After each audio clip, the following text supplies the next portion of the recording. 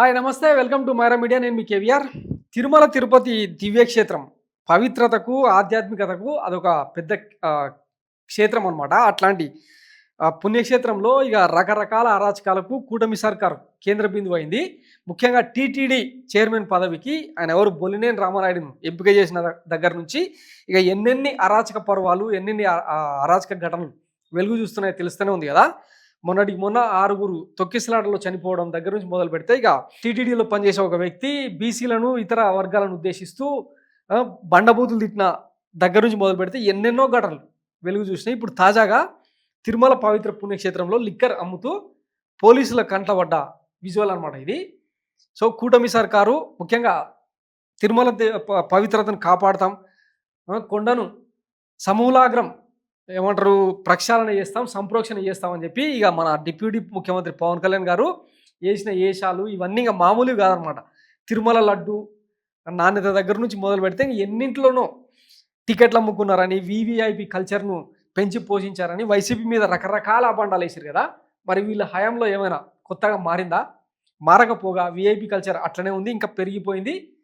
తర్వాత ఆఖరికి తెలంగాణ అసెంబ్లీలో రేవంత్ రెడ్డి లాంటి వాళ్ళు కూడా తిరుమలకు ఎవరైనా వెళ్ళాలంటే చంద్రబాబు అదేమంటారు లెటర్ ఇవ్వాలనా, అంత అవసరమా, మనకు వైటీడీఏ ఉంది కదా టీటీడీ లేకపోతే అని చెప్పి మాట్లాడిన మాటలు ఒకసారి గుర్తు చేసుకుంటే ఎంత దీనస్థితికి టీటీడీని దాని కార్యకలాపాలను దిగజార్చిందో కూటమి సర్కార్ చూస్తూనే ఉన్నాం కదా.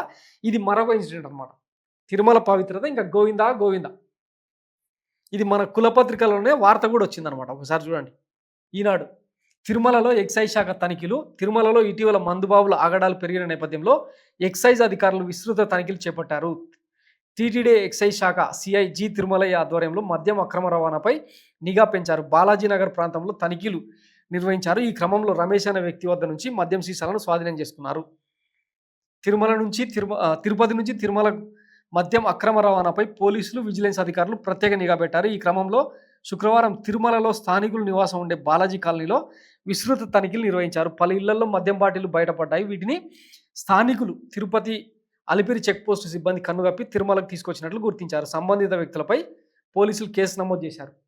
సో ఇది తిరుమల పవిత్రతను కాపాడడం అనమాట. ఎందుకంటే రాష్ట్ర వ్యాప్తంగా ప్రభుత్వ మద్యాన్ని పక్కన పెట్టి ప్రైవేట్ పరం చేసి ఇక ఇప్పుడు ఆ తిరుమల పవిత్ర పుణ్యక్షేత్రంలో కూడా బెల్ట్ షాపులను ఎందుకు అనుమతించొద్దు అని కూటమి సర్కార్ భావించింది అనమాట. ఎందుకంటే వాళ్ళే కదా హామీ ఇచ్చింది నాణ్యమైన మద్యం సరసమైన ధరకు భక్తులకు కూడా ఇట్లా ఇచ్చేందుకు.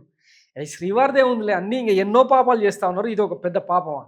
మనకు కావాలి సంపద సృష్టి, మన జేబులు నిండితే చాలు. పవిత్ర పుణ్యక్షేత్రం ఏమైతే మనకేంది? మరి దీని మీద పవన్ కళ్యాణ్ గారు ఏం స్పందిస్తారో వేచి చూద్దాం. Thanks for watching Myra media. నేను మీ కేవీఆర్. Thank you.